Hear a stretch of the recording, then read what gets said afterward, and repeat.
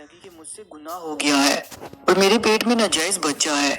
آپ صلی اللہ علیہ وآلہ وسلم نے فرمایا، کیسے مان لے کہ تو نے بدکاری کی ہے؟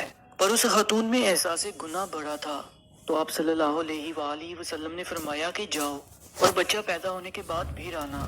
پھول جیسا بچہ پیدا ہوا تو بچہ گود میں لیے آ گئی کہ یا رسول اللہ اب کیا کروں؟ تو آپ صلی اللہ علیہ وآلہ وسلم نے فرمایا کہ غلطی گویا تیری ہے، بچے کی نہیں، واپس جاؤ، اسے دودھ پلاؤ، جب روٹی کھانے لگے تب آ جانا۔ اور صحابہ کہتے ہیں کہ جب 2 سال بعد آئی تو بچے کے ہاتھ میں روٹی کا ٹکڑا تھا، اور جب آئی تو رونے لگی اور کہا کہ اے محبوب صلی اللہ علیہ وآلہ وسلم، ساری رات مجھے نیند نہیں آتی، یہ گناہ چھوٹا ہے اور مجھے پریشان کرتا ہے، اور اگر آج مر گئی تو اللہ کی بارگاہ میں کیا جواب دوں گی؟ نظر کرم فرمائے۔ تو آپ صلی اللہ علیہ وآلہ وسلم نے فرمایا کہ بچہ ایک صحابی کو دے دو اور اسے کہو کہ اس کی اپنے بچوں کی طرح پرورش کرنا۔ پھر فرمایا کہ اس خاتون کو باہر لے جاؤ اور پتھر مار مار کر سنسار کر دو، یہاں تک کہ وہ بی بی انتقال کر گئی۔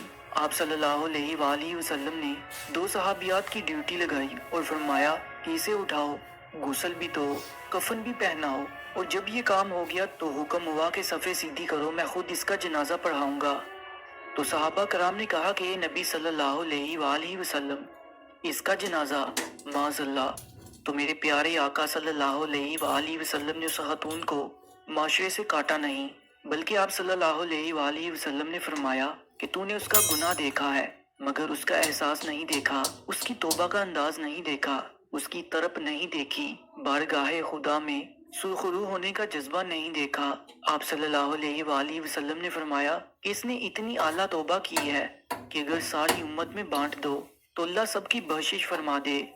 پیارے دوستو، میرے پاس الفاظ نہیں ہے کیونکہ بچے گرانے کا عمل اور کچرے میں پھینکنے کا رجحان اس حد تک بڑھ چکا ہے کہ کسی کو یہ حرکت کرنے پر کوئی رتی برابر بھی افسوس کا سامنا نہیں کرنا پڑتا۔ پر اب فرق صرف اتنا ہے کہ اس دور میں گناہ کا احساس ہو جاتا تھا، مگر آج کے اس وقت میں گناہ بہت